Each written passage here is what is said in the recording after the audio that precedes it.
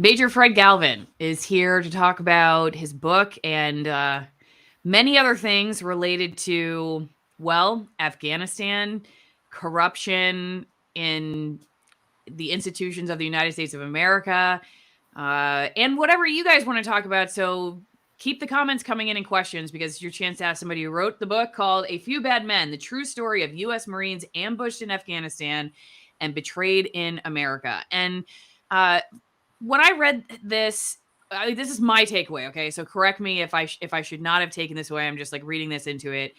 Is that you and your unit, after being ambushed in Afghanistan in 2007, were essentially sacrificed to a narrative of being war criminals in order to protect management or administration in the U.S. Marine Corps, and just thrown to the wolves. That was what I got out of all of this. But then again, I'm married to a veteran, and I think that about the Marine Corps already. So maybe I just I just thought that because I've heard the behind the scenes stories of some of the stuff you've described, not having the equipment you need, not having the support you need. It all begs the question for me, big picture, which I'd like to discuss at some point today. Is this intentional or unintentional? Is it just a comedy of errors, or is there something more nefarious working behind the scenes in the Marine Corps, or in the Department of Defense, the military as it is? So tell me, did I take away the right message? How would you describe big picture the message you wanted to get across in your book? You did, and two data points which reinforce exactly what you're talking about, Allison, is I'll talk about 2015 and then I'll talk about 2021. And in both cases, we do not have stupid people that have been in the military for 40 years and have 4 stars on their collar. They're doing what they're doing because people are telling them what to do. There's Geppettos who are dangling that carrot, and I'll tell you, I'm going to get there and give specific examples of by names and by their Geppettos names as well. So back in 2006, as you know from your background, married to a veteran, the Marine Corps was stiff arming this concept of, hey, we don't need a special operations organization inside the Marine Corps. All Marines are elite. And so if there is some elite organization, that dethrones everybody else. So that's like your husband bringing home the girlfriend to meet you. That's totally unwanted. It was unacceptable to even consider that there's going to be this new elite within elite that gets funds, but doesn't even get to support the Marine Corps. They're going to support Army or Navy or whoever, decided by Special Operations Commander. Of probably since the Marines sat it out, since Special Operations stood up in 1987, it's not going to be a Marine that they're working for that makes the call. So the Marines had good justification. And what I wanted to mention about this, Allison, is these are smart people and they know what to do and they know what not to do. And if you want to undermine something, like you alluded to before, you just take away the logistics. Don't give them any support personnel. Don't even give them food and water. It doesn't matter if it breaks their hearts or is the wrong thing to do, or you put them in the snow-covered mountains in the Tora Bors in the middle of winter in Afghanistan, right there at the Khyber Pass, the most formidable terrain in the world. It doesn't matter. They'll get over it. But in the end, the Marine Corps knew what they wanted control. Rumsfeld was the godfather. He was the Secretary of Defense, and he said, you're going to create this. And so the Marine Corps was like, okay, you'll create it, but we'll just keep it on the ships and we'll maintain control over it. And the Army decided, like, okay, Marines, you could put them on the ships, but we're going to pull them off the ships. And then we went to work for the Army. So that is what happened 15 and a half years ago. You look what happened last year, Allison. Again, it was very hard for Americans to stomach what went on in Afghanistan with the tragedy of errors of when we evacuate from a country, we are obligated, the Department of the State for the United States and the Department of Defense is obligated to evacuate American citizens first. What did you see running down the tarmac is hundreds of Afghans. They loaded up 823 Afghans, and those were the first ones out. And a lot of people have this sympathy like, well, they were with us for 20 years almost. And okay, but what about the American citizens? That is the most important thing to myself. So my point is that whole goat rodeo of how they did it, that wasn't an unintentional fumble. Like, we just didn't know better. We evacuated American citizens from around the globe continuously. People want to go to these third world countries where they have family or some business, and we have to evacuate every time they have some insurrection. So we know how to do this. The reason it is the president of the United States, Joe Biden, wanted this forced withdrawal by September 11th. But again, we go back to those in uniform. They know what they're doing, and they say, you can say what you want, but we're the ones that control it. And if you want to wag the dog, if you want to call the shots, then we'll make this some political nightmare for you. And they did. I mean, it's a tragedy that we had 7,000 Americans killed and tens of thousands of wounded over the last 20 years with those two wars. But I don't think it was unintentional that we left over $7 billion worth of material in the hands of the Taliban. Because guess what? When you're like General Dunford, the last chairman of Joint Chiefs of Staff, a Marine who now works on the board of Lockheed Martin, and you're one of the second to the last general that was in charge of all forces in Afghanistan, General John Nicholson. He is also he's not on the board, but he's the chief of Middle East operations for Lockheed Martin. This is the world's largest defense contractor. And when you see like, why did we just give one third of our shoulder fire Javelin rockets to the Ukrainians? Well, when you give 5,000 missiles away, something that we desperately need, especially if we gave our own tanks away in the Marine Corps, and we're going to go challenge possibly China coming up. Well, there's a joint venture between Lockheed Martin and Raytheon. Yes, Raytheon, where the current Secretary of Defense, retired four-star general, just came from. There's this joint venture that makes the Javelin missile. So this all makes sense if you look at it and you follow the money and you see where these people came from, are going to. When General Mattis got, canned by Trump, where did he go right back to? General Dynamics, where he'd been before. He's making $1 million a year on their board, plus his $203,000 salary after 40 years.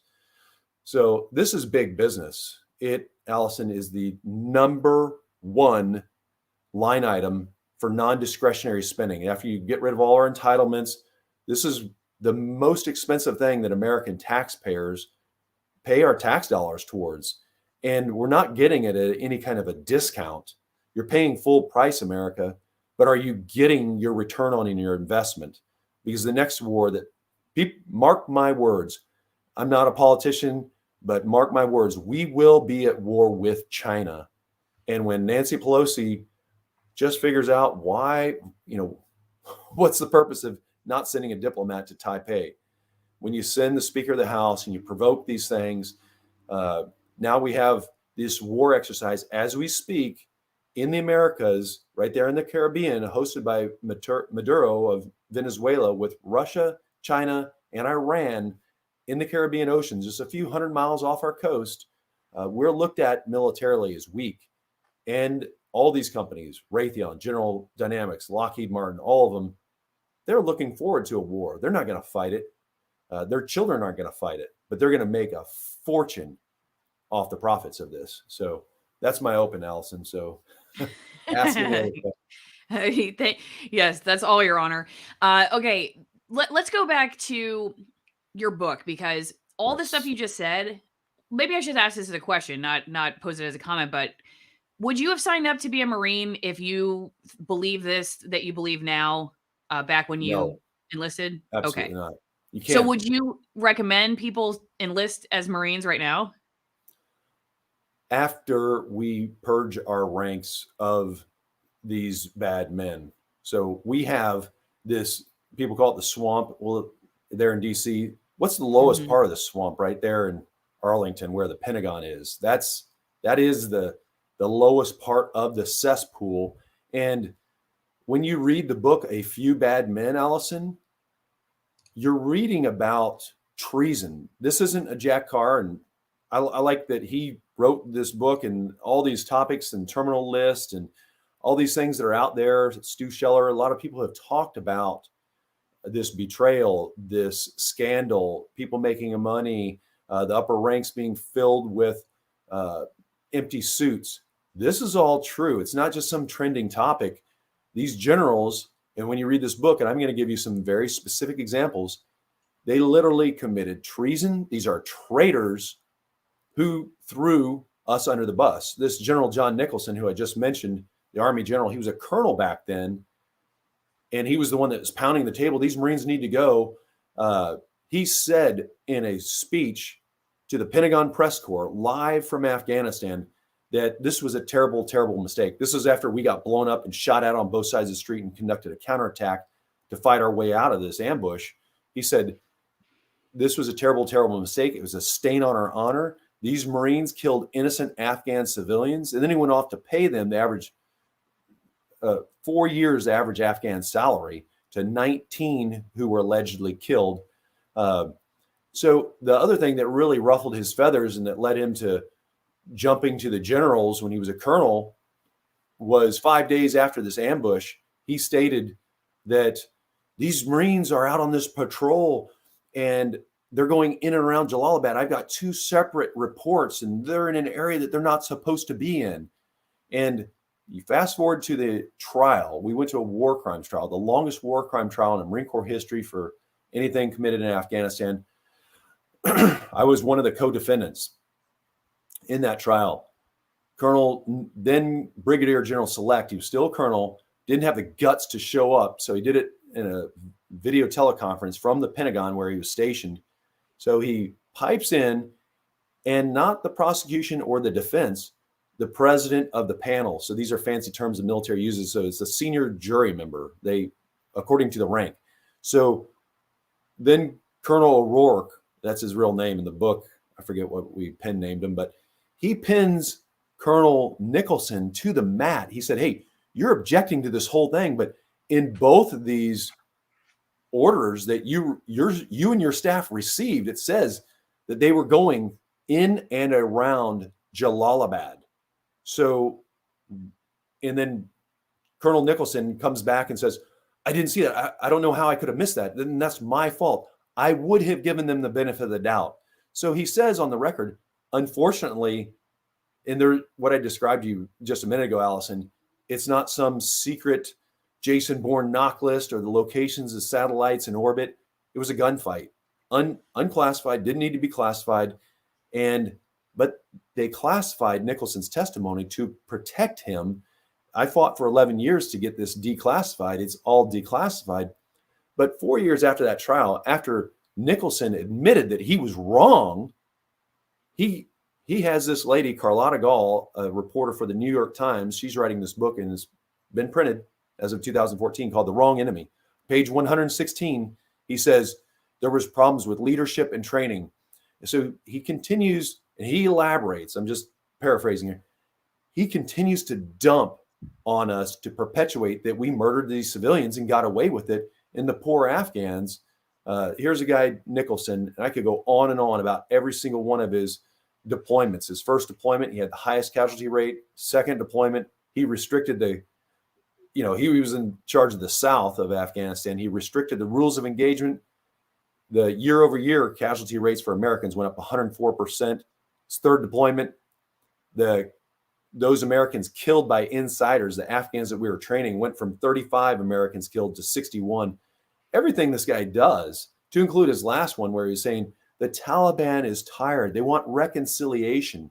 They want peace. We're going to go have peace negotiations. And this accord that they were going to down in Indonesia, he said that they're going to outlaw jihad in Afghanistan. Well, none of that came true, as you saw. What happened last year is what happened last year, and the Taliban took control. It's weird that this bad man, John Nicholson, he's parachuted on to being a speaker, working on the board at PenFed. Now he runs the Bravo Fund, and now he's in charge. He's their chief for all Mideast operations for Lockheed Martin, the world's largest defense contractor. But his unit call sign when he was in the Army as a colonel, his first deployment in Afghanistan, was Task Force Spartan. And the Spartans, you were held accountable for the words and actions that you said and did. Not in this guy's case. He's making a bundle for Lockheed Martin. Guess where he's living, Allison? That's right, Abu Dhabi. It just keeps getting better for these guys. So a long-winded answer to your question. A few bad men have to go. I just gave it a long elaboration of, here's one of these toxic leaders. And, just like General Petraeus, these guys that cheat on their spouses while they're having a book written about them while they're supposed to be winning a war in Afghanistan, and nothing really happens at all to them, except they just go on to be on these boards and speak at these colleges. And, they make a lot of money. None of them have been held accountable. We have to change that first before the sons and daughters of America should be encouraged to serve. It definitely seems like a story that you could transfer to many different institutions in the United States. I cover censored people, censored ideas, and media bias, and many of the people that I've had on have in some way described what you just said in so many different agencies. So I don't know. I mean, it's obviously systemic. I don't know how you do what you just said needs to be done. But let me ask you this. So basically, just to reiterate for people, what your book describes right here, A Few Bad Men, is this ambush in 2007, which was during the Bush administration, right? Correct. Yes. Okay. So, and then that's another thing too. I mean, this goes back several administrations. So it's not like this is new. What we're talking about, what just happened, a year ago that you were describing as a problem, or what's happened since, because people are like, well, if I just get my guy in office, then everything's going to change in the presidency. And that doesn't seem to have made much of a difference. So there's that. But so you guys so there's this ambush in 2007. You all survive. Immediately, like within 30 minutes or an hour, there's international news that drunk Marines basically have committed these war crimes, killed Afghan civilians, including an infant, I believe, right? Or a child. And so there's this seemingly like government media collusion too. What would have been the purpose of their painting, or at least stoking that narrative that you say was completely false? Like what would they get out of that? Why do that? Why participate, I guess, in something you're saying was so false that it's treasonous that they sat back and allowed that? What were they protecting on their end? Yes.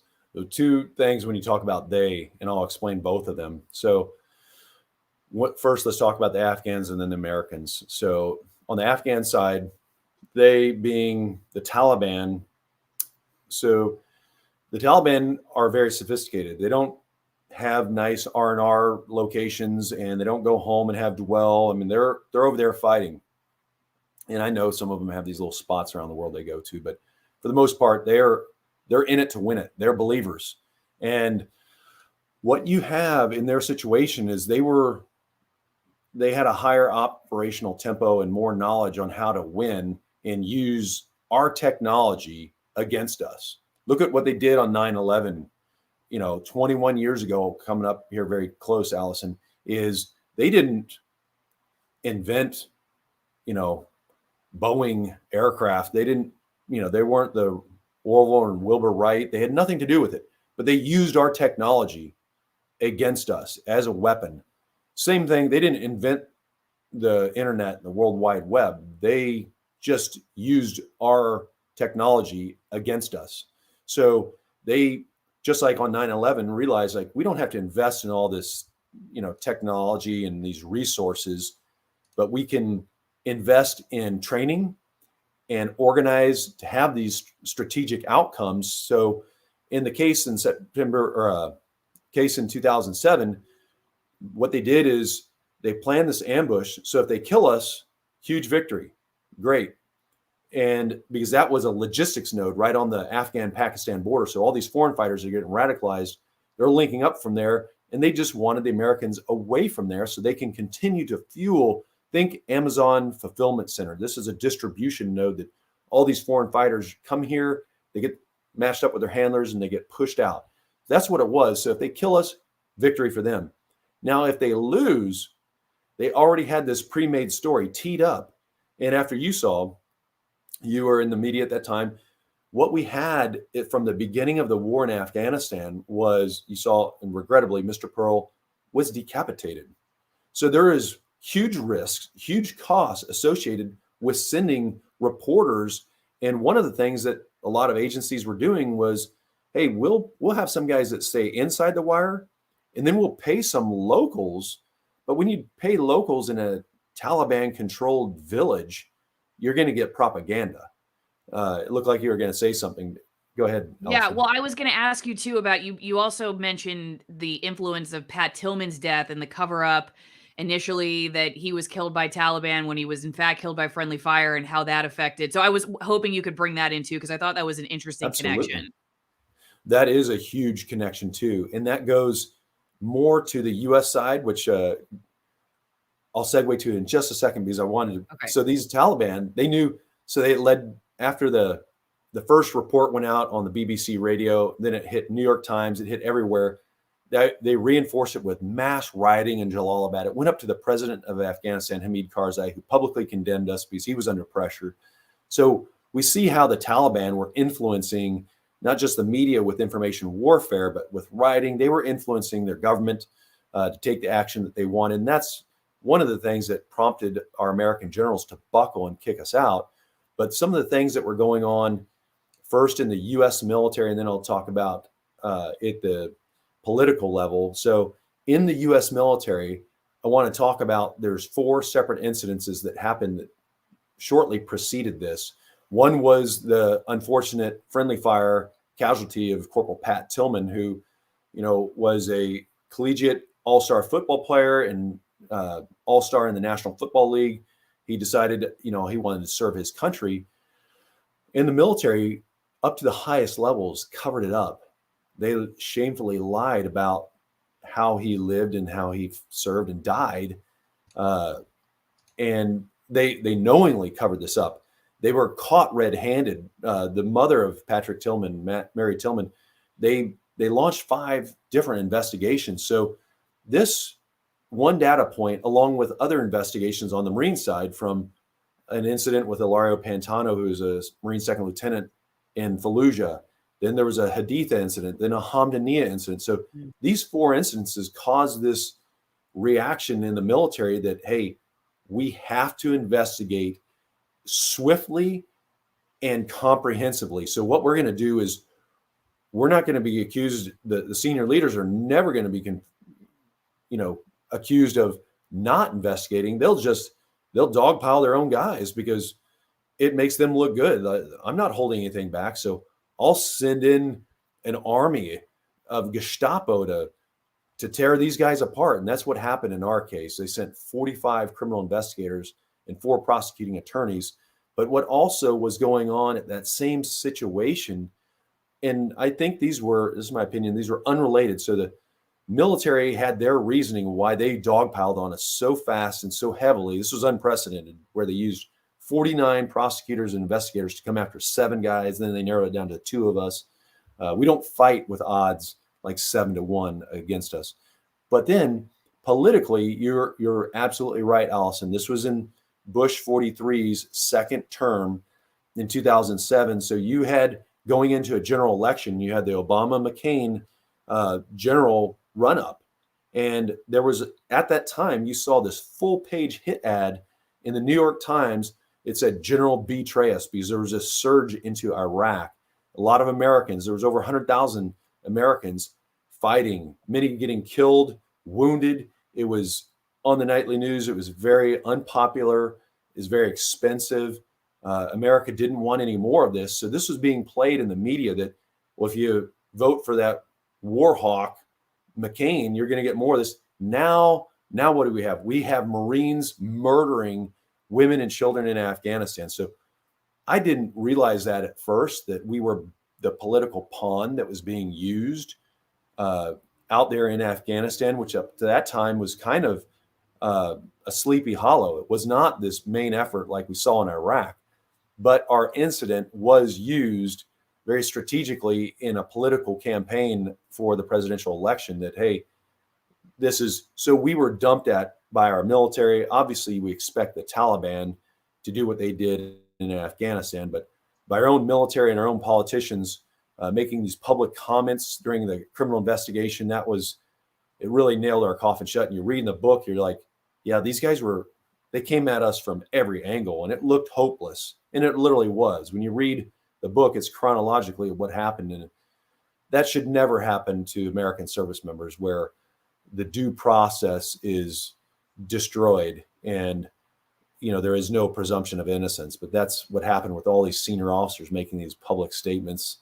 Congressman Adam Smith. I mean, we were hit on all sides, Allison. Okay, can you tell everybody what happened in the end with the trial and what happened to you with your career? Yes, good question. And I'll give even a postscript that's not even in the book, is a warning to future few bad men. So we went into the courtroom. This was the longest trial from the 7th to the 29th of January in 2008, longest war crime trial of the Marine Corps for Afghanistan. We went in there. We had a gag order on us. Preceding that, these investigations gone wild, like I described. They threatened one Marine who legally immigrated from Mexico, legally naturalized, legally joined the Marine Corps, illegally was interrogated by the government, prosecuting attorneys, and NCIS by threatening to deport his family unless he signed their fabricated statement. It was convicting the 7 of us, saying we fired wildly. So you had these strong arm tactics that went on against a few Marines who were ethnic minorities. They used this ethnic targeting, which was despicable. Another Marine, he was American citizen, also born in Puerto Rico, but English was his second language. So although they offered everybody, to include me, you can take a polygraph, they kept honing in on this staff sergeant, just coming after him again and again. He testifies, but again, for some reason, they decided his testimony, because it was exculpatory, needed to be classified. So the media wasn't there. And that's why I fought for 11 years. And it's so important for America to know not just one side, but the whole story. I went open kimono. All the ugly stuff about us is in there too, because it was in the press. But this is everything that happened in the courtroom. And you see, why did they go after these guys to try, in an effort, very deliberate effort, to convict known innocent? My polygraph, as well as my sworn statement, was that I was on the patrol. It happened at 9 o'clock in the morning. This isn't at night. I mean, I drink, but not before 9. But, we didn't go door to door. We didn't get out of our vehicles. We didn't go murdering women and children on some drunken spree with 30 Marines. Even our Afghan interpreter, who we couldn't even pre-interview, walks in the courtroom and says the same thing that all our Marines did. But the government wanted to rely, in one of the appendices in the back of the book, I have all the Afghan statements to NCIS. And when you see how contradictory they are, you're like, the government couldn't have been that dumb. And again, Allison, we don't have stupid people. That's why they took 4 months after our trial. And this doesn't happen. This is not normal. They took 4 months after our trial to come to a verdict. And they didn't even use legal terms. They didn't use innocent or not guilty or dismissed. They said, we acted appropriately. This was the acquittal, Allison. No case in Marine Corps history has ever ended up where you go into a court of law, not some non-judicial punishment by the captain. This is a court, military court, supposed to be justice here. And there's no legal terms used. There's never, to this day, 15 and a half years later, there has never been a legal term such as innocent or not guilty or dismissed. Even after we pushed with a House resolution, an act of Congress, House Resolution 21 in the 115th Congress, to have the commandant make an official statement. This was during when General Neller was a commandant of the Marine Corps from 2017 to 2019. He didn't do a single thing, just sat. And all we were asking for, Allison, was him to make a statement saying the Marines and Marine Special Operations Company Foxtrot were not at fault in the ambush on 4 March. How big of a, but I guess it was too big or maybe too important. I mean, General Neller still could to this day. I mean, he was busy visiting here in San Francisco, the Marine Memorial Hotel, shabbily dressed, I'll add, giving speeches, but he could stand up for his Marines if we believe in the motto of always faithful and the core values of honor, courage, and commitment. Again, Allison, we have to flush these bad men out of the system. We're going to go to war. There are people who want forever wars to keep the money train going with military equipment that'll never end if we go to war with China. Once the Chinese, they're going to push those 96 miles across the Straits of Taiwan. They're practicing more frequently in larger scope on the east coast of China. And once they lodge, not just in Taipei, once they're taking all of Taiwan, and the massive cost in lives to do amphibious and airborne operations to dislodge the People's Liberation, or the PLA, we're going to sacrifice more than we've seen since World War II. This is going to be ugly, and we need to stop it. Okay, go back to what we were discussing with your career and how this affected you. When I was reading, yes. I read a local news article about you that said that you sent out something like 1,000 resumes after you left the Marine Corps and got one job interview because this basically destroyed your reputation and your career. And so can you, just talk, you ended up retiring, Yes. but this has affected your entire life. So just give us, like, where are you now? How has this followed you? So a couple things, great topic, because I went on to serve 7 more years until I hit mandatory retirement. So the Marine Corps is up or out organization if you don't get promoted. And I was continually requesting to remove this adverse material. And the Marine Corps was doing this Thermopylae defense with Leonidas, fighting to keep this bad material in my record. They said, he was a shameful guy. He has to keep, they fought for years and years. So I was trying to stay in to continue to serve. I exited in 2014 when I hit mandatory retirement. I had previous to that, I mean, you're going to leave the last year, you send out resumes, and over the years, the total has been over 700. But when, that narrowed it down to 2 of us, and the media focused in, I walked into the courtroom, said, there's your face. The military, this was unprecedented at that time, where they gave our names, our ranks, our hometown, our ages. They took pictures of, these are Marine Special Operations officers walking into a courtroom in America on a military base that can restrict access or say, hey, no photos. But they gave them more information than these guys were even asking. Our hometowns. And this is when, they started to have homegrown terrorists. I'm sure you realize there is another major who served in the United States Army. And people think, well, this was just a processing. No, this other major, he's been sentenced. It was same charges, homicide, Fort Hood shooter, Major Hassan, former Major Army Major Hassan Nadal. He's awaiting his death sentence. He was sentenced to death. Same charges that we were accused of, homicide. Our case, 19 cases and 50 of wounding. So this really shattered the lives of the 7 of us who were accused. The Marines, as you well know, are founded in a strong tradition, have a lot of pride in their service and how hard they train. So this really affected the lives of those men that went on to serve, most of which did. A lot of them were held back because they had this dark cloud over their head that they were involved in something shameful when they were not. But myself, I was one of 2 co-defendants in the trial. They had my face, name, all this. Submitted 700 applications before I got my first interviews. Thank God I was turned down for that because it was a government job, which would have been horrible. At that time, I felt like, man, I just finished my MBA. I'm about ready to start this PhD program, and I was just getting nowhere. So the day I retired from the Marine Corps, I did start my own business, operated that for 5 years and sold it. Was involved, I founded America's only 100% program charity for the Gold Star families of Mid-America. We gave out 8 scholarships and did 41 events with professional and collegiate sports teams.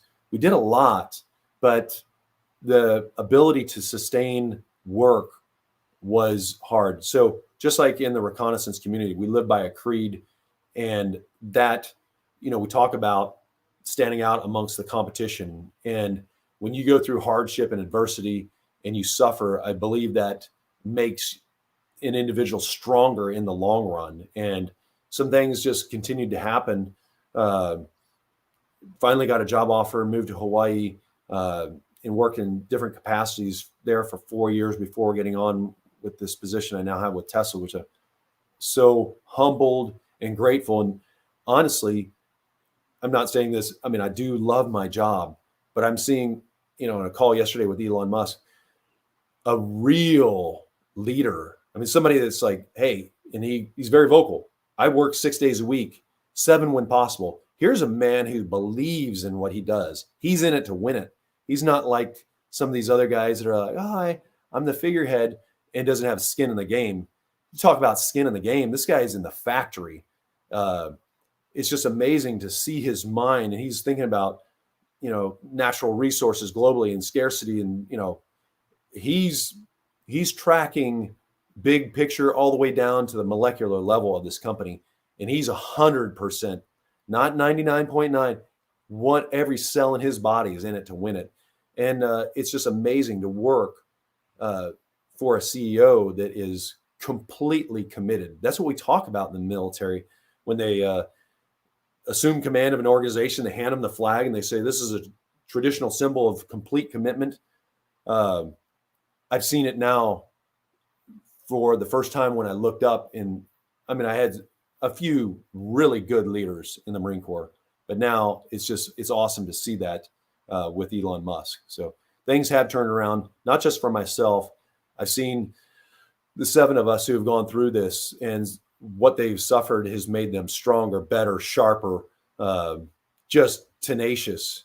And we're talking Marines who came from the reconnaissance community in special operations, went on, almost everyone, some did have some health crises, and with cancer and diabetes, and it just plagued them.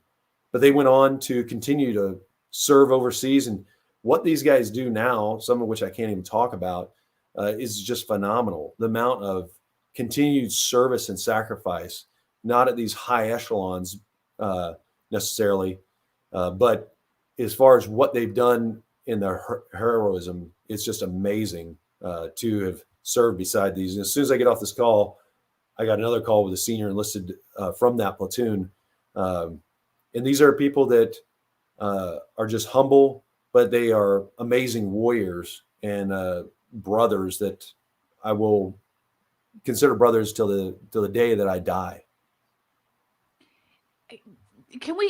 Let's go back to the immunity offers that some of you all were given. And I remember one part of your book, you were talking about someone in the unit who had family that they were threatening to send back to Mexico if they didn't take the immunity deal. What were the statements that the Marine Corps wanted them, and which some did end up signing? Like, what did that say? And why didn't you take the deal? There's no choice. I mean, when you take the deal, you're basically, you're accepting. I mean, our case was a very, very, very, very corrupt case. They weren't trying to get to the truth. They were trying to hang innocent military service members. They knew what the facts were, and it's the government's job to find the facts, not to create their own version of the truth. And that's what they set out to do. So they really honed in on these 3 Marines. 2 were Latino, 1 was Egyptian. And they tried to get all 3 to break. And unfortunately, they were successful with 1. And unfortunately, Allison, what that did to his life for 12 years, it shut down the production of testosterone. So you're talking reconnaissance Marine who was a sergeant at that time, who was in a team. These were small teams of 8 Marines. It's a very tight knit, close unit. And he's being forced to make a decision to choose between his blood family and his brothers in arms. And he made a decision. He signed their pre-made statement, and he admits this on the stand. He admits this on ABC News on air. This isn't something, he admits it to Tommy Lahren in a live interview. He's admitted this on national television twice. The Marine Corps, nothing, there's no there. Everything's good. And we see, and I'm going to make a bridge. There's a current case with 3 special operators in the same command, Marine Special Operations. It's going on right now. And we've seen some of these same nasty trends that occurred in our case repeating themselves. They tried to put a gag order on these 3 special operators. The judge, thank God, threw that out. This has been going on for 42 and a half months. So the government has a very weak case. Then the next thing they did is a Marine colonel. The Marines have only one general officer who's a lawyer.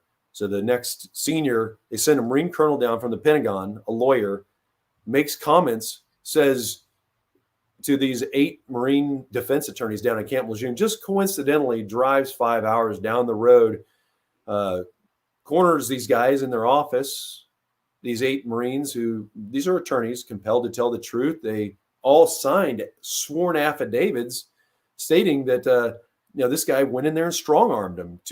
In one of the attorneys for one of the MARSOC 3, he says, you're shielded by your fitness report, your annual evaluation, but you're not protected. He goes, the Marine colonel, who's the attorney that will sit on the promotion board, he will know who you are. He will know the cases you're working on. Basically threatening these guys from doing their job at defending these Marines. And he does that right before they're supposed to be going to trial. This happened November 18th last year in 2021, right before they were supposed to be heading into court. So that case got thrown out on February 9th, 2022. The government appealed it and won 2 weeks ago. They won. And people are like, well, that couldn't have happened. If they dismiss a case with prejudice, it's over. And it's like, we're seeing this happen again, just like in my case. They adjudicated it, and then they came after me. They narrowed it down to me. All these attorneys and prosecutors are coming after me. So this, unfortunately, is kind of like the mob, the mafia. This type of strong-arm Gestapo tactics has happened in unorthodox, horrible places like Nazi Germany, Tehran, but not in the United States of America or the Marine Corps.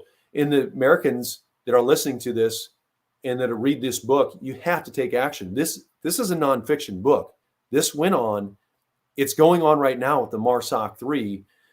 And unless people stand up and object, and your chance to do it is, I'm not asking you to spend any of your money. Go to congress.gov/members. Spend 30 minutes by contacting your district representative and your 2 senators, and they will tell you how to vote in November. If people wonder, I don't know how to vote. If they don't give you the time of day, if they don't call you back, one of the few things our Constitution requires is to provide for the national defense. If they don't even care for one of their constituents that has a grievance, is requesting very specific relief that this case be dismissed for the MARSOC 3, then they've just voted for you.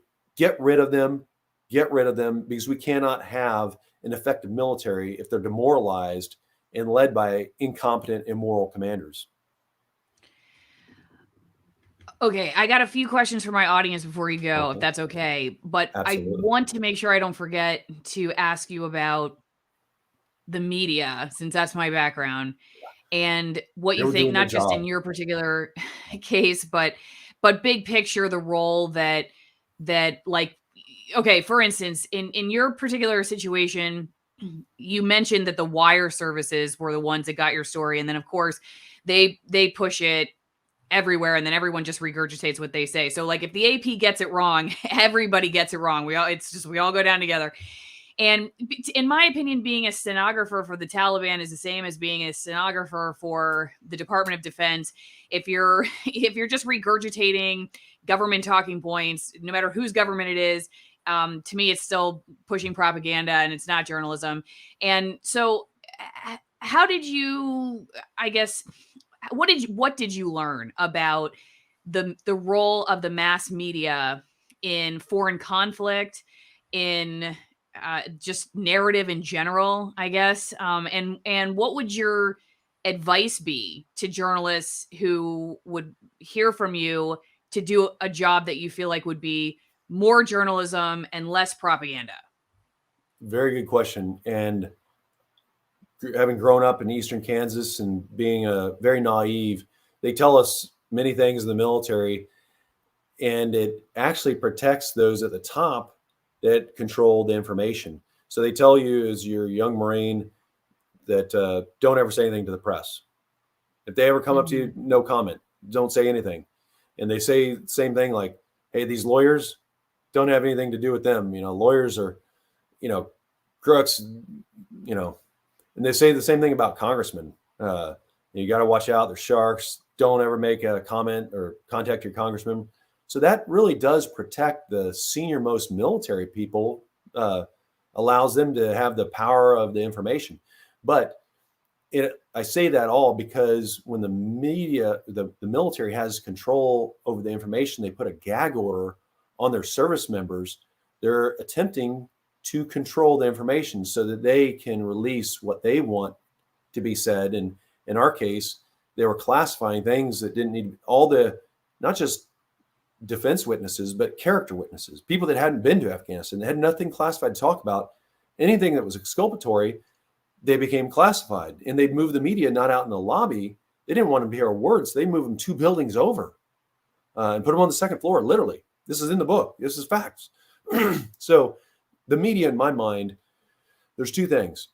They were doing what was given to them. So they did follow the path of least resistance, but if you're a member of the media, you have an obligation to just do more than scratch the surface.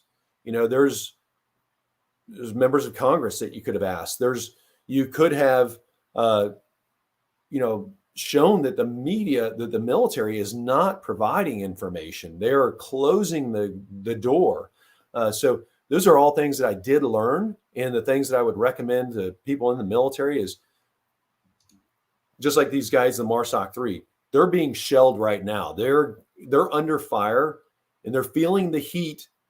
And the charge against them is homicide, max punishment, death. They could face likely life imprisonment if they continue to get shelled. So I've been advocating and asking for the American people to become aware of the case of the MARSOC 3, just like they have in A Few Bad Men, that this is repeating itself, and hopefully there won't be a sequel to this. But if people sit back and do nothing, that there likely will be, and it could be very severe in their case. We were acquitted. Who knows? But let's not roll the dice. So the 3 avenues, the media, I had to fight a campaign after I retired and I was no longer under this gag order. It's lasted literally to this day, 15 and a half years later. And the reason it's been successful is I have worked with bipartisan, bicameral support by both houses, members of Congress, the media, as well as lawyers fighting in the court system with legislation. You have to keep the heat up on the military because, regrettably, and I could go on and on, but the book totally proves by name, our military has been compromised. Look at where all these people go. General Mattis went straight back to General Dynamics. Where did our current Secretary of Defense come from? Raytheon. Last Chairman of Joint Chiefs of Staff, Lockheed Martin, with General Nicholson, is a revolving door. It's a no general left behind program. They have become compromised. You have to become aware of this, and we have to stop this. There's a big difference between fighting wars and winning wars. It is immoral to send the sons and daughters to foreign lands just to die so some people can make money, and the Americans become indifferent about it. That's what happened for 20 years. We must wake up and smell the Black Rifle coffee that's right there. The truth is hidden in front of our face. The media, they have an obligation, and that's one thing that I did is I fought to get this information declassified. It took finally 11 years. I have some new stuff that I've got that is so radioactive. It shows where all the bodies are buried. I'm not going to write another book, but I'll talk about it. Yeah, you come back on. What these generals did is disgusting. America, you got to stop genuflecting and just thinking that these generals are our beloved. They need to be held accountable. Name one that's been under fire and had to testify for what I've described to you and what's in A Few Bad Men. Allison, correct me, please, if I'm wrong. It's treason. People that do that are called traitors. They betrayed. I mean, in the Bible, Judas didn't come out smelling rosy. We know how that ended. In history, these men should be portrayed as the same. They betrayed their own warriors who were fighting their way out of an ambush. And it's happening again with people who were the Marsoc 3. They were defending themselves against an attacker. And that's not what these generals want. That contractor, by the way, in Iraq that died, that wasn't their intent, worked for Lockheed Martin. Lockheed Martin, if you want to start connecting the dots. No, I think you've done that pretty well. No, I mean, whatever you call it, these are not the character of people that I would want making life or death decisions for an entire planet of people. That's for sure. That would concern me.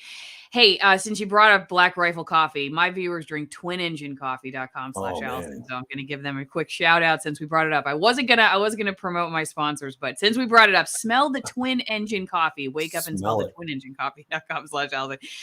Okay. Hey, I had a couple comments come in. Question. I'm trying to go back to one about the woke ads, like the woke ads the military's running, and what purpose they serve to perpetuate. Since we've talked a lot about sort of the image of the military and protecting the leadership, what are they getting out of, like, hi, I joined the CIA and I was raised by two moms, and I mean, what's going on there? Like, what are they trying to do with their reputation? With sort of the I don't know, that posturing of like identitarianism. It's confusing a lot of people. And somebody asked too why the Marine Corps got rid of its tanks, and like what does that mean? I don't know if those two are related. Is there? And then a third to tag onto that. Sorry to throw all this, but I don't know if they're, like I said, maybe they're related or not related. How does that affect the actual, like, Marine or the veteran, the person that's on the ground? Yes. With the messaging of, like, we're just huggy feely. We just love to love, love is love, whatever it is. Yes. But meanwhile, we're fighting these endless wars.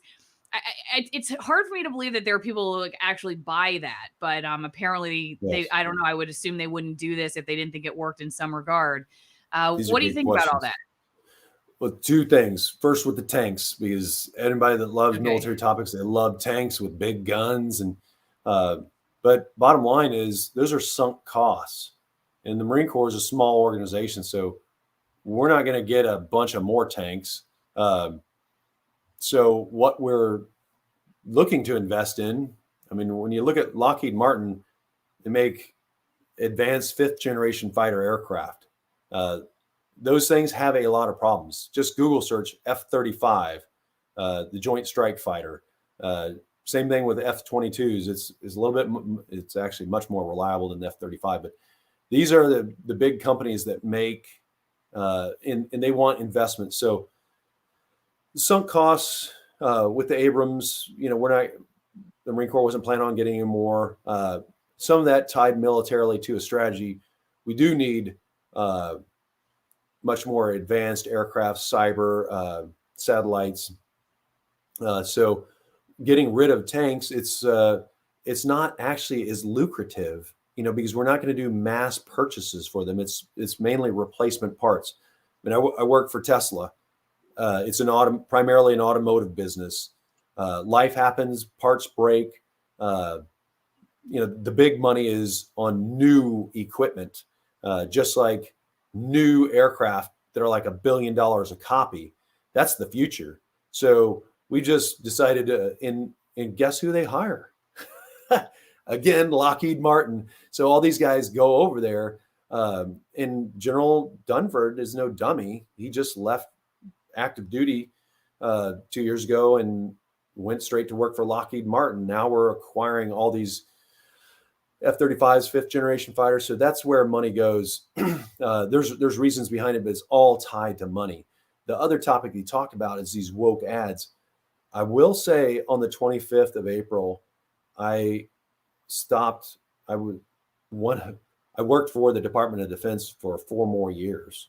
And I was just working for the Marines in the Pacific, at the headquarters for all the Marines in the Pacific. I worked for some really, really awesome Marines. These are senior Marines. This isn't this is at the headquarters. So we're not talking Rudy in the rear ranks with the rusty rifles. These are senior people. Most of them were enlisted. Many of them became an officer, but they're at their 20 years or more. Every single one that I knew, it wasn't that, because Allison, we're not sending guys and gals back out on combat deployments. People aren't getting grinded up in a meat grinder anymore. That's not their complaint. Their complaint isn't that they're doing all these deployments away from home. I mean, I was stationed in Hawaii with the Marines. Their wives aren't complaining about being in Hawaii. The guys aren't talking, or the girls, about a better job that they've been offered. And I'm not diminishing them. I'm just saying these were not the reasons that they're leaving. The reasons they don't want to say. And when you don't want to say, it's because you have this endangered species topic, these hot buttons that you can't talk about because you're still in the service. And guess what? You're just waiting to bust the tape and cross the finish line, and you don't want to jeopardize your retirement. So that is the actions that were going on. People would just shut up and say nothing, but you could taste it and you could cut it like a knife. These things don't make us better, more lethal, stronger, more cohesive. They divide us. I had senior Marine officers I served with. These are Marine colonels. I'm not going to name their names. They're always saying, Fred, the biggest threat that I face, and these are guys that went overseas on deployments, and they're saying, in charge of all these Marines as colonels, the biggest threat that I face is one of these staff officers in my own command who's looking at me, just waiting for me to look at him cross-eyed or make some kind of gotcha and take them out. So all these policies, they're making our military stronger, making these commanders feel, like, hey, we're more capable. It puts them on their heels. Like, I feel like I'm going to get relieved. All my peers are colonels now, and they're all saying the same thing. I feel like I have to walk on eggshells. I can't say anything. People find the way I look or taking something that I could say is in the wrong context. So I just don't say it. I put things in very bland emails. That's not leadership, Allison. That's what our military has been. These are Marines. I'm not talking about guys in 10th Typewriter Battalion, PowerPoint platoon. I'm talking about Marine Expeditionary Units, the Marines that deploy on ships to protect our American interests across the globe right now. This is like the cutting edge, forward edge of the empire. And the senior guys are terrified that somebody is one of their own Marines in these special categories is going to take them out just by, how they feel. So, tell me how you feel, Allison. So I'm curious, how does that perpetuate the end game of this military industrial complex cycle that you described? I mean, what if that That's is a in great fact question. the end game? Yeah. What does woke ideology have anything to do with the I'll answer military? why. Yeah. Yes. Why? So one thing, as I described just a minute ago, this evolution that I had to go through, there's this guy from Eastern Kansas that, I had to have my Peter Pan moment and figure out that I'm not Never Never Land anymore. And there's things happening for reasons, and it seems like they don't make sense. But the reason that this makes sense is, Allison, when you look at, if I want to be a 4-star general, how do I get there? How do I do what John Nicholson did? How do I do what Joe Dunford did? I have to throw my fellow Marines under the bus. I'm going to get personal for a second. Your husband deployed with a commanding officer who said to me, I am willing to sacrifice the lives of these Marines. He didn't just say it, he said it twice to me. It was confirmed on my polygraph. And the reason that these guys will not just buckle at the tactical level, but when they get up at the strategic level and they got stars on their collar, the reason they'll continue to buckle and compromise is because I remember that Colonel Travis Homiak, who said he went to the commander's course and he's like, I can't believe that they told me there that this job is a commander. It's not about the money. And then that instructor said, it's all about the money. It's not about the money, but it's all about the money. So they're telling these guys how to think. And that in the long run, if you go, you have to be political. Just like it says in my book, I was relieved the first time. He's like, not because of anything tactically you did, but because you weren't political. And it's a field grade, that's a Marine in the ranks of major above. It's a field grade officer. You have to be political. I wouldn't throw my guys under the bus. So they were coming after me. And most guys won't stand. They want jellyfish at those senior ranks. And to cooperate and graduate, you've got to sacrifice your Marines. As immoral and unethical as that sounds. So these people realize, like, hey, these members of Congress, if I really want to be a general, and I'm going to work for Lockheed or Raytheon, or that is the club. That's where they get the big money. That's where retired General Jim Mattis is working, getting $1 million a year on the board of General Dynamics. Not because Joe Dunford and General Mattis and Secretary of Defense Lloyd Austin, they are not working or came from Raytheon because they're these aerospace engineers and they're these technical gurus that have PhDs. No, stop. That's not it. They're there because they have a badge which gets them in the Pentagon, and they have promoted people for the last 15, 20 years, and they're going to dangle that carrot in front of them and say, Allison, we need somebody. You've heard of these mine-resistant armored personnel vehicles, these MRAPs. We need somebody like you. Think about when you retire. We need somebody at Oshkosh. You've heard of this company. We need a project manager there. So they'll go along and they know who to sweeten the deal with on the Senate Armed Services Committee, because that committee, if they have these radical ideas and you got to compromise there, that committee controls who gets promoted. All the promotion lists are recommendation from the Department of Defense, but they're approved by the Senate Armed Services Committee. So if you want straight shooters, well, they don't want straight shooters. They want people who will buckle, who will bite off on that carrot. And, they know how to use the carrot and the stick. And they want these weak jellyfish leaders. And then they know how to manipulate the people on the House Armed Services Committee because they control the purse. So they have to work the political angle as generals while they're in uniform and after uniform. So that's why I didn't understand this, Allison, that why are they all buckling? Why do they do these things, which we know are wrong, but they do it so easily? None of them are standing up and objecting. Not one. Name one. Yeah. They're doing it because it makes them money. Sorry for my sermon. I think it's worse than that.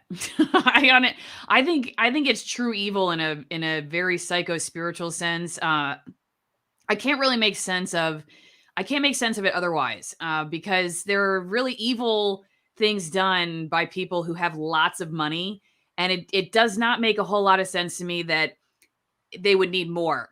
So I tend to think it's worse. I think there's a real, like I said, it's like a psycho-spiritual problem, whether it's just as simple as they hate their mom and dad or something and they just never grew out of that, or there's like a true spiritual evil about it. I don't know, but all I do is talk to people with stories like yours.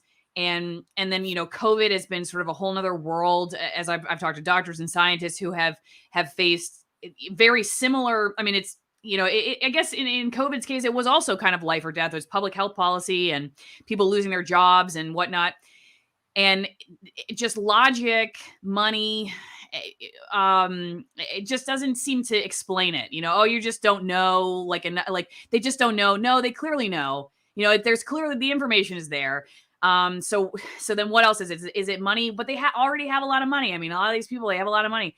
Well, what else could it be? And like I said, in my opinion, like power, I think is probably the God complex is probably at the top. That's how I would describe it. And then, just being complete cowards. Because to me, like the reason you would want power over somebody is because you're deeply insecure and lacking on the inside. That would just be my read on it. But I have a hard time believing that money is really the issue. You brought up Mattis. Did you have like 10 more minutes? I don't want to Yes, take all your absolutely. time. I'll talk Okay. about that guy. I appreciate it because I wanted to take a couple questions too from locals. If you're watching this somewhere else, this is a great way to support my work. $5 a month, and you can become part of my editorial board. You get to post questions ahead of time for interviews, and we have live chats during the interviews. So I'm taking a couple questions from there. But AllisonMorrow.locals.com. Go join my editorial board. We have meetings every Saturday, which we're going to do again today. And but before I get to that, you brought up Mattis, and Mattis was like an untouchable, and I didn't even barely know who he was until I married my husband. But he went from this guy who a lot of Marines worshipped in a lot of ways. I mean, they just didn't, he was just looked at as this gold star of a guy, like just gold shooting star. Like you can't, he comes in and out. He's ephemeral. He's transcendent. He's beyond human. And then he seems like he's fallen from grace in a lot of ways, even with the most ardent supporters of his. Can you explain that to me? What happened with Mattis? And do you think there's still a lot of people who are like, no, he just got dealt a bad stack, or like you brought him up several times. So I just wanted to make sure I asked about that because he was a former Secretary of Defense. And like I said, he was a general in the Marine Corps who was looked at very highly by a lot of Marines. And I wonder if they feel duped.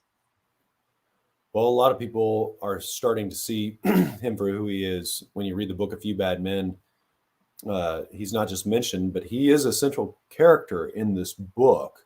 And I've mentioned that on other interviews before, and many Americans are starting to understand, just like in our case, the attorney said, like, the most damning thing that someone can use as evidence against you are your own words.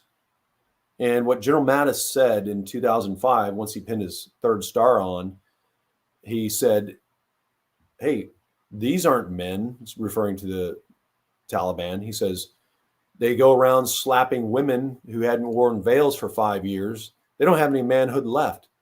Shooting them is fun. I'll be right up front with you. I'm a brawler. These are his words. He's like, killing people is a hoot.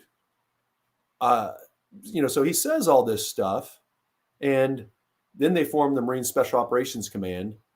We had continued to the day when we got off the ship, the USS Baton, to fly into Afghanistan. We left the ship and went into Djibouti, where he had Colonel Kreitz. That was his forward element there. I continued to request the Marine Special Operations Command for support personnel.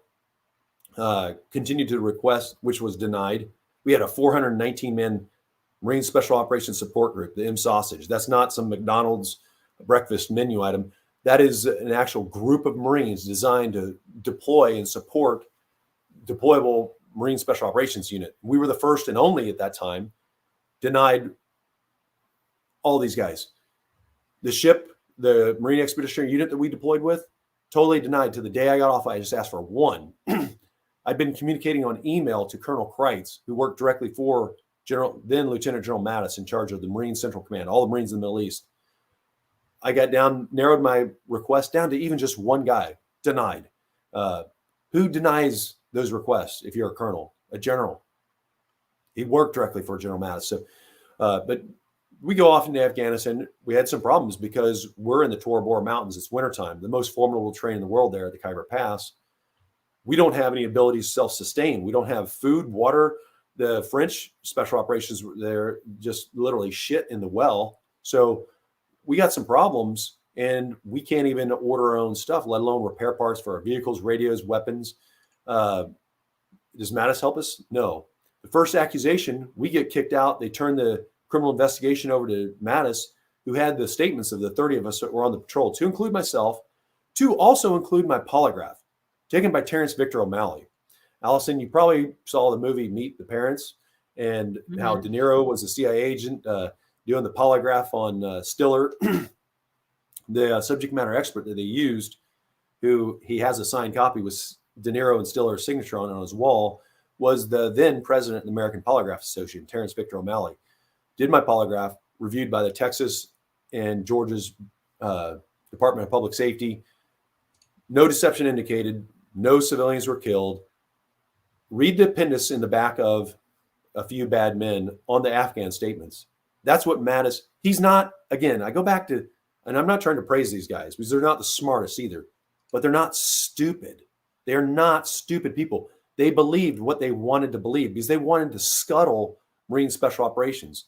Tell me a 4-star general that loved Marine reconnaissance, that loves, now they have this admiration for pilots with their little golden leg spreaders and the Marine drill instructors with their smoky bears, or the guys in the ceremonial parade platoon at headquarters, up in Washington, D.C. with the M1 rifle, all that's special. That's okay. But you have a real warrior, a commando, somebody that took a challenge that they never had the guts to do. They hate those type of people. It resents, just like what you mentioned. These people are cowards. They didn't rise to the challenge, so they're going to try to destroy what they never had the courage to be themselves. They'll always put that down. And they came after us so viciously. I mean, it's absolutely disgusting. And it's not like anybody that knows me knows that I wasn't walking around pounding my chest.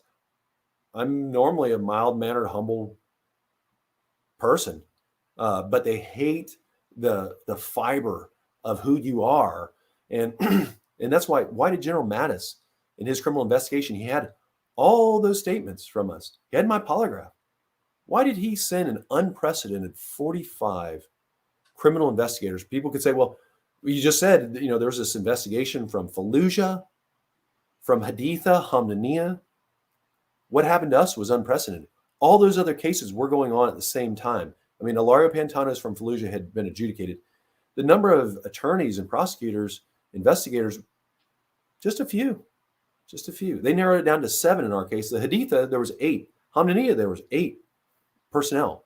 Ours was 7, but they used a total of 49 henchmen, mobsters to come after us.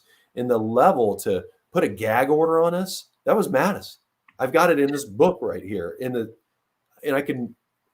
So when you discard the First Amendment and you want to prohibit free speech, and when you dogpile on people, when you interrogate Marines illegally, when you censor and move the media out because you constantly are going to classified session when it's no reason, this is what tactics Mattis started. He did turn his command over, and he was relieved by a successor that adjudicated the case. General Mattis is not a good man. Even Allison, if he had the guts to be a man, this is what I'm talking about, just being a man.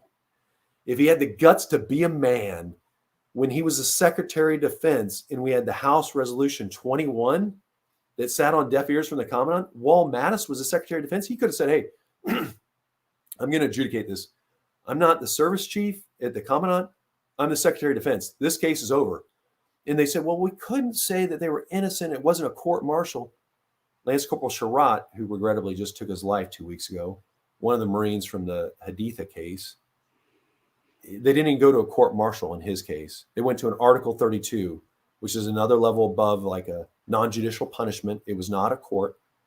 General Mattis said in his case, he concluded, it said, in my eyes and in the eyes of the law, you are innocent. So they did use legal terms outside of a court, and he pinned that. And that's, you can search on the web, Lance Corporal Sherratt, Lieutenant General Mattis, and you'll find those words. And that's all we were asking him. Did he do it when he was Secretary of Defense? No. And so this investigation that these people say, well, you guys were eventually fully exonerated. Let me tell you how that went. The day that Mattis was fired by Trump on the 2nd, his first day out of office, on the 2nd of January, 2019, Catherine Kesselmeyer, she was a SES, it's a general officer equivalent on the Department of Defense. She was the one that bottom lined. They had done an investigation, senior civilians for the Department of the Navy.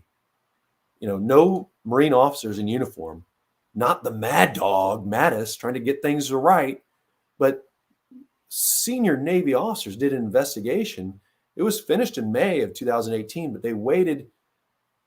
Well, they waited for some reason, oddly, the day after Mattis was fired. Mattis left office as a Secretary of Defense on January 1st, 2019. The next day, Catherine Kessmeyer, bottom line, that sent it out. At least she had the guts to do it when Mad Dog didn't. But mark my words, Allison, Mad Dog is going to be on the 2024 ticket.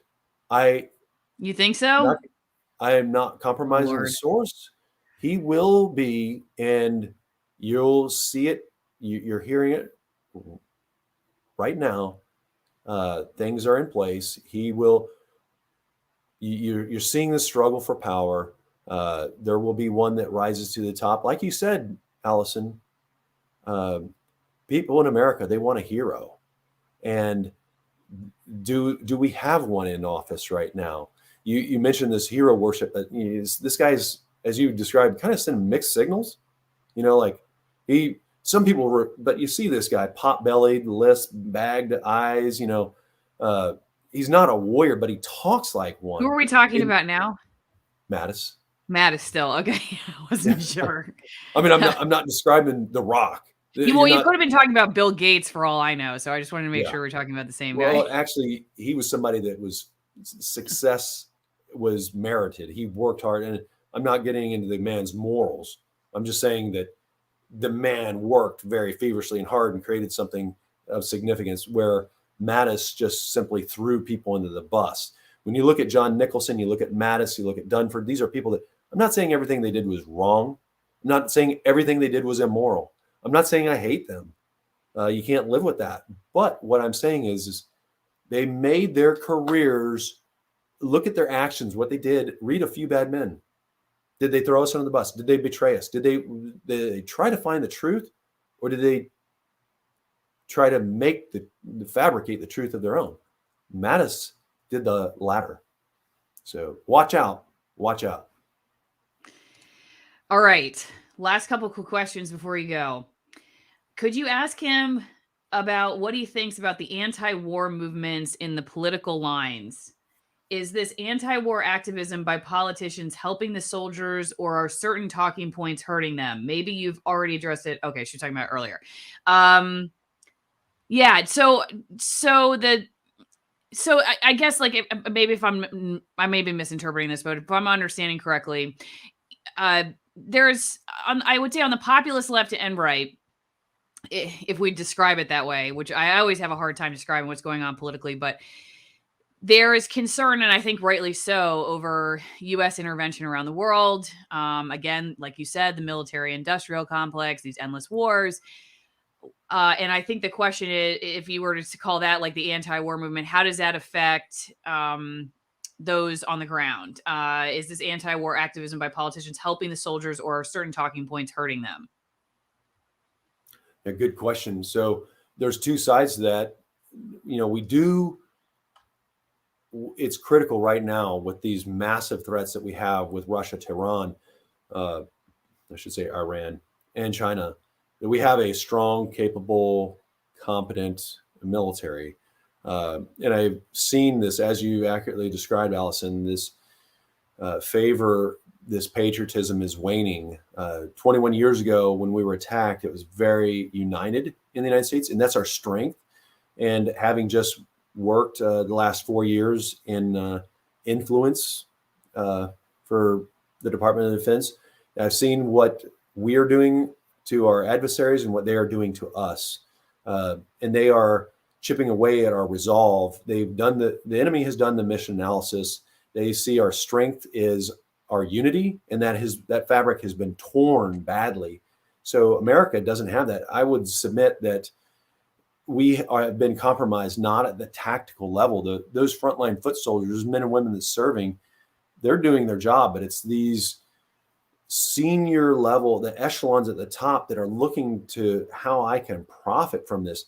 And it's the colonels that are trying to jockey because from colonel to general, it's a big, cut. So most people won't make it. So there's a lot of backstabbing going on, and that can be corrected. And I talk about how we can do it in the book, And if we could put somebody on the moon 53 years ago, we can find a way to select the right individuals to lead our military that doesn't have to go down into these. Our military should be strong because it's a deterrent, not because we're constantly employing it all around the globe. I agree with most Americans that Sun Tzu was a big advocate that prolonged wars are never in the best interests of a nation. And I would say the same is applied in the 21st century.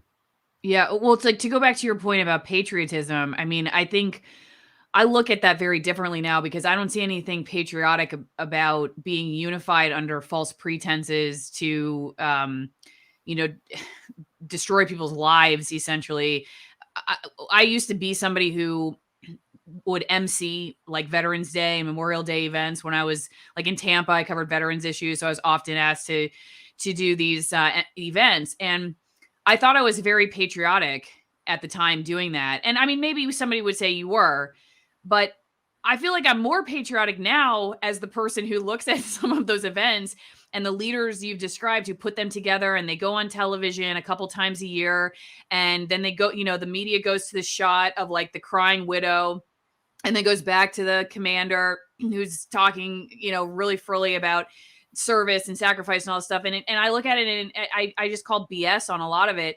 I think I care more about veterans now than I really did back when I didn't know what I was talking about and I was emceeing those events. Even though on the surface it would look like I was very patriotic. Now maybe you would say, "Oh no, Allison, she's not." But I feel like I know more and I care more about this country by not being necessarily unified under false pretenses. So I don't know. I throw that back at you. Just your thoughts on that. Yes. Well, we have to look at the origin, and there's a lot of saber rattling around the world. So, but the frontline foot soldiers, those people sign up for the very pure reasons.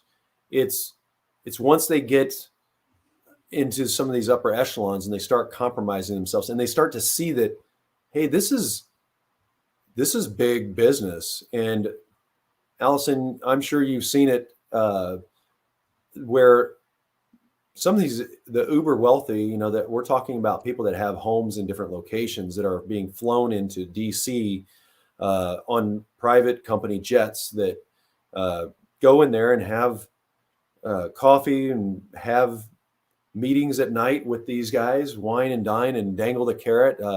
This is what I'm talking about. That's immoral. Hey, get rid of your tanks. So now the Marine Corps is a one-trick pony. We're the island hoppers. And if something happened in, Iran that has tanks, something happens in Europe with Russia, we're screwed.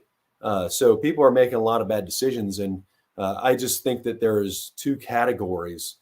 We do need to have strong American patriotism. And over 80 years ago, this General Smedley Butler wrote this book, War's a Racket. And I think the same is exactly true today, although instead of just big business imposing their will through politicians, now that influence is, being utilized via these general officers with access into the Pentagon, with the connections to Congress. So they just buy these generals as they retire. They know they're corrupt. You look at all these generals, look at the well-nourished warrior General Mark Milli Vanilli.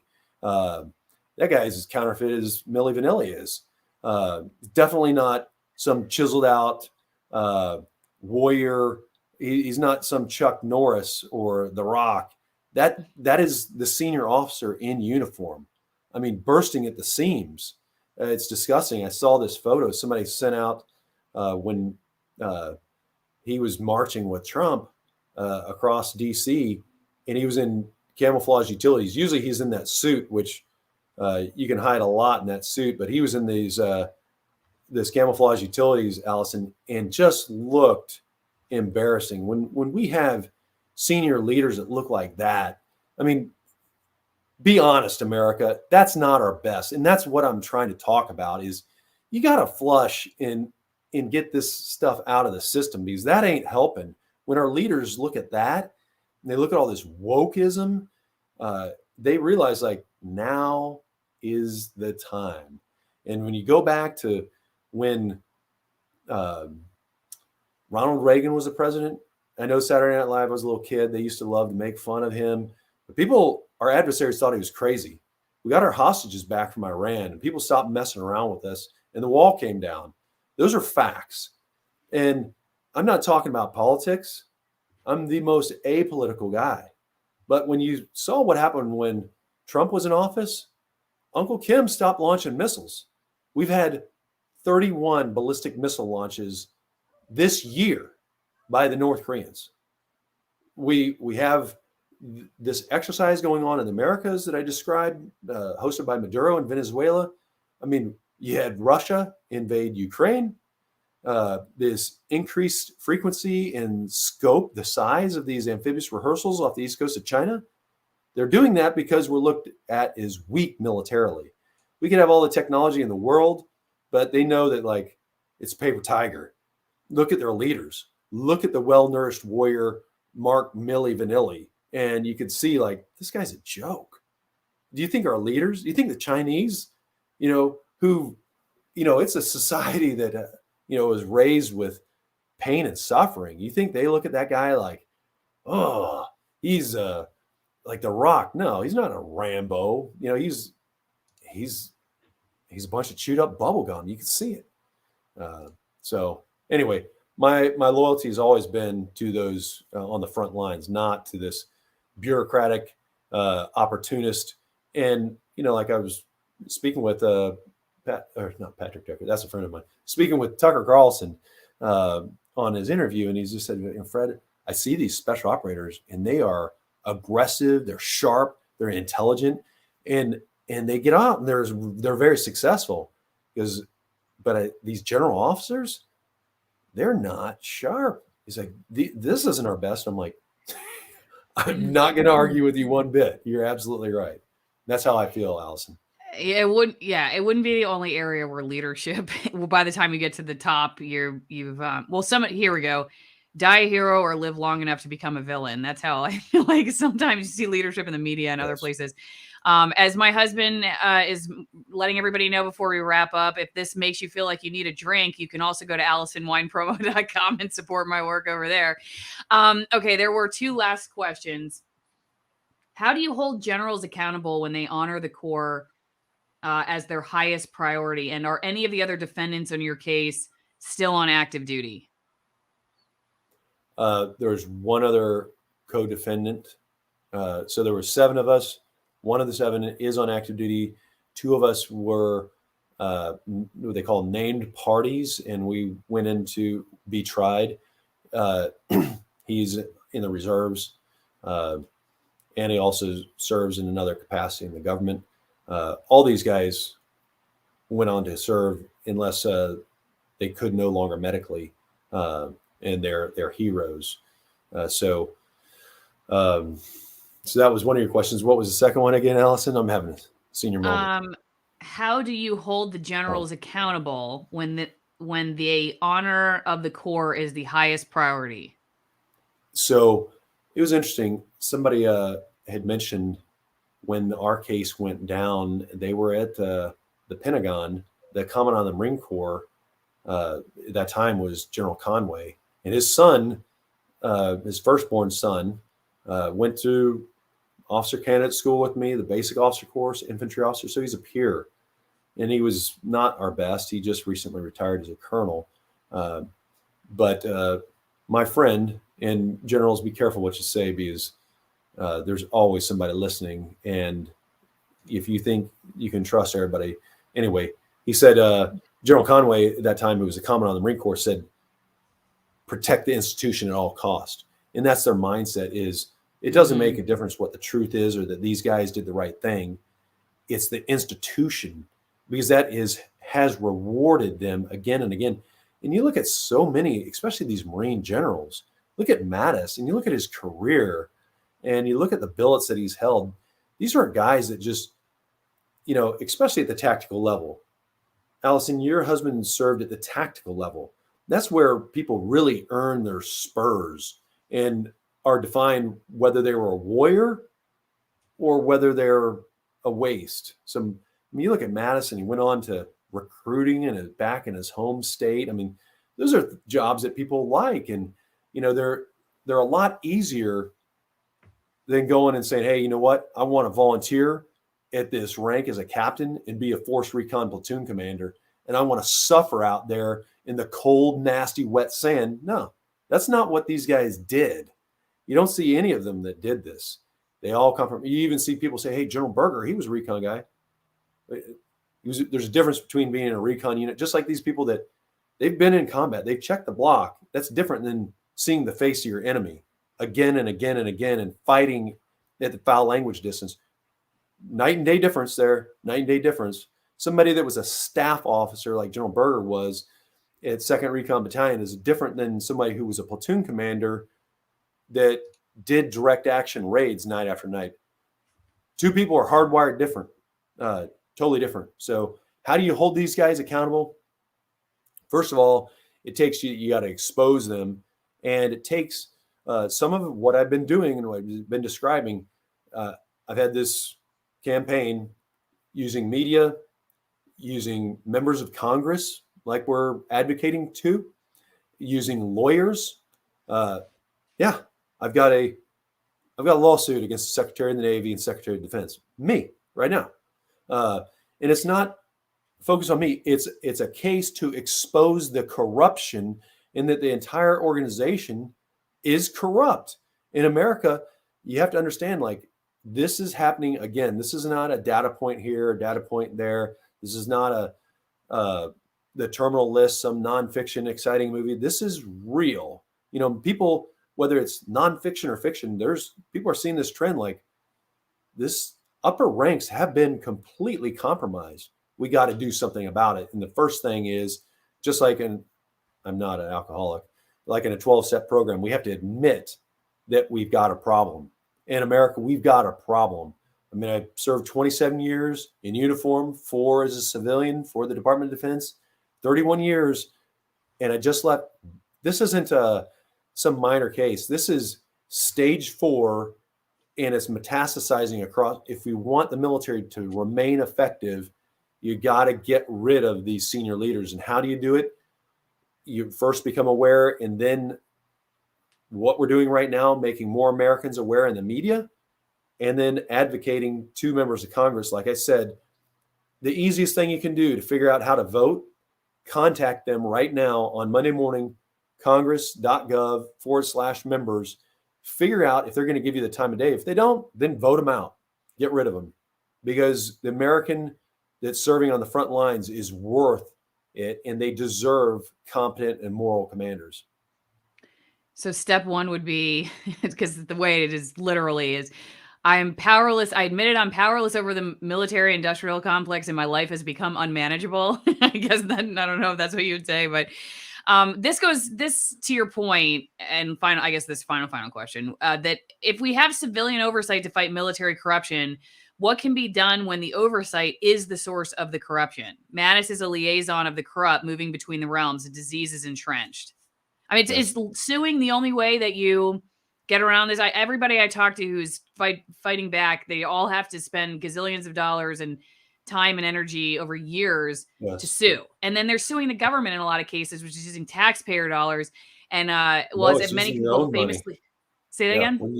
When you sue, trust me, I'm doing it right now. You have to retain your own. It's a civil suit. But what you're doing is I've learned how to use influence operations. I'm amplifying a message with facts of how it's become corrupted.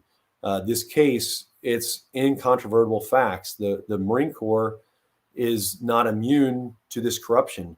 Our founding fathers did some things that were very, very, very right. And everybody wants to slam I'll tell you some things they did right.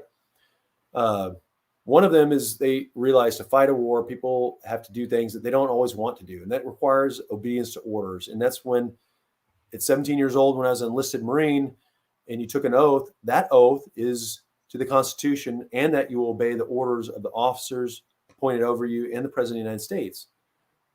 Our founding fathers realized that the oath for officers, because they realized that it's not just King George, but that any man or woman who's their leader can be corrupted. And so the oath for officers is to the Constitution alone. And they realized that the Constitution is a sound doctrine. It is a sound foundation for our nation, and that's not going to be corrupted. When our leaders have compromised that oath, when they no longer are fighting for our Constitution, but they're doing it for themselves, and they're willing to needlessly kill Marines, like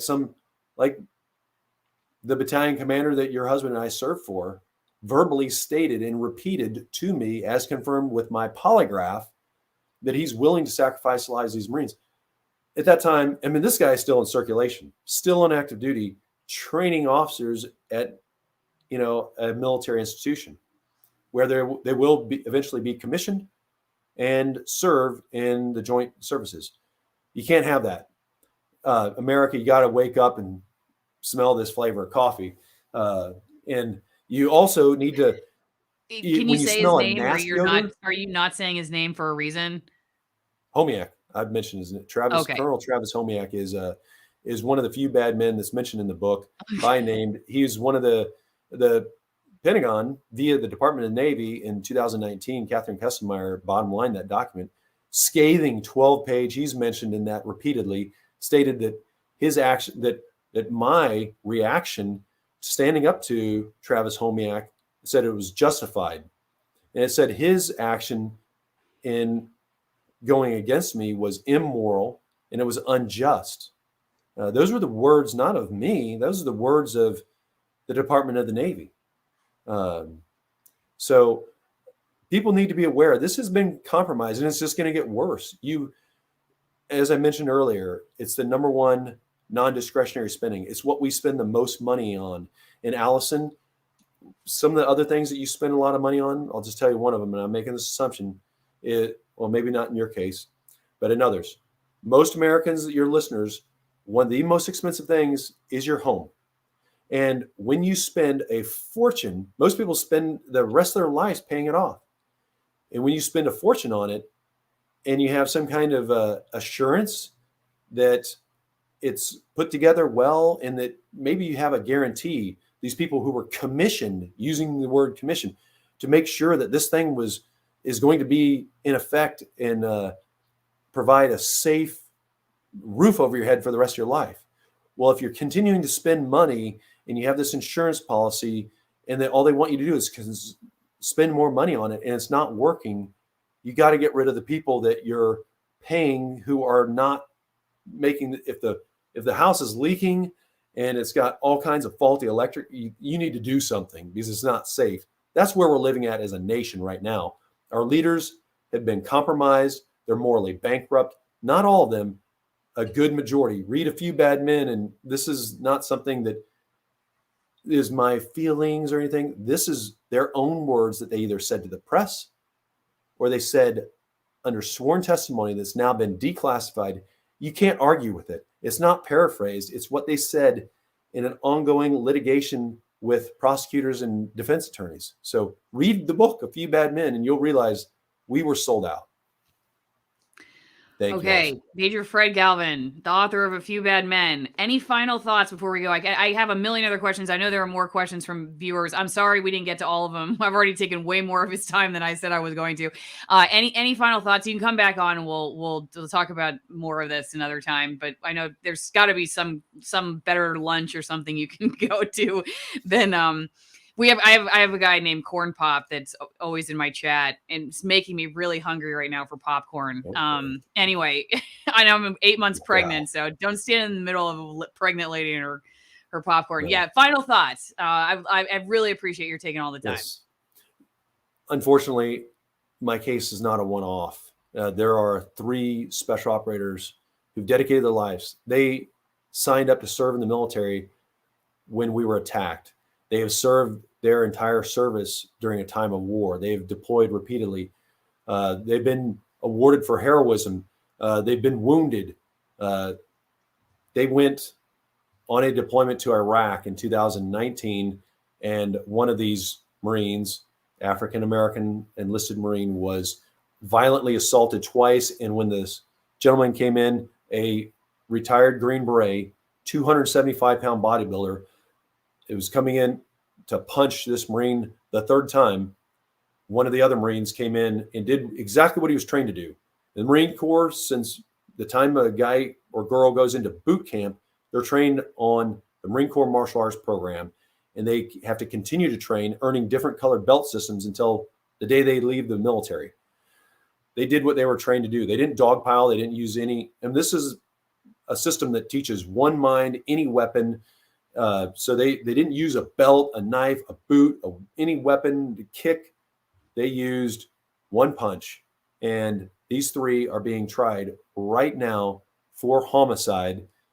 And if every listener right now goes and contacts their member of Congress, becomes aware of the MARSOC 3 case, just web search it, MARSOC 3, and look at the abuse of authority that's going on in their case. This is an ongoing, real case. We're not at war, but these three special operators in the Marine Special Operations Command, the same organization I served in, they are under fire and they need your help. If you're wondering what you can do, I'm not talking about spending money. There are legal defense funds because these guys have been under fire for 42 and a half months. United American Patriots is a legal defense fund. I'm not involved with them, but you can defend them and support them that way. But they need your help. And if your member of Congress is going to give some mealy-mouth words to you and not take any action, the action that we need is for them to join ranks with Congressman Louis Gohmert from Texas, who's been fighting with the Justice for Warriors Caucus. His military legislative assistant is Derek Miller. They need to join in and support this case and ensure that this case is dismissed and that these three good men are not destroyed in this meat grinder that we had to go through. So this has already affected their lives very adversely, and I'm asking for your support to support the MARSOC 3. Okay. Thank you so much. I really appreciate it. Thank you, Allison. Yes. All right. Thanks, everybody. See you next time.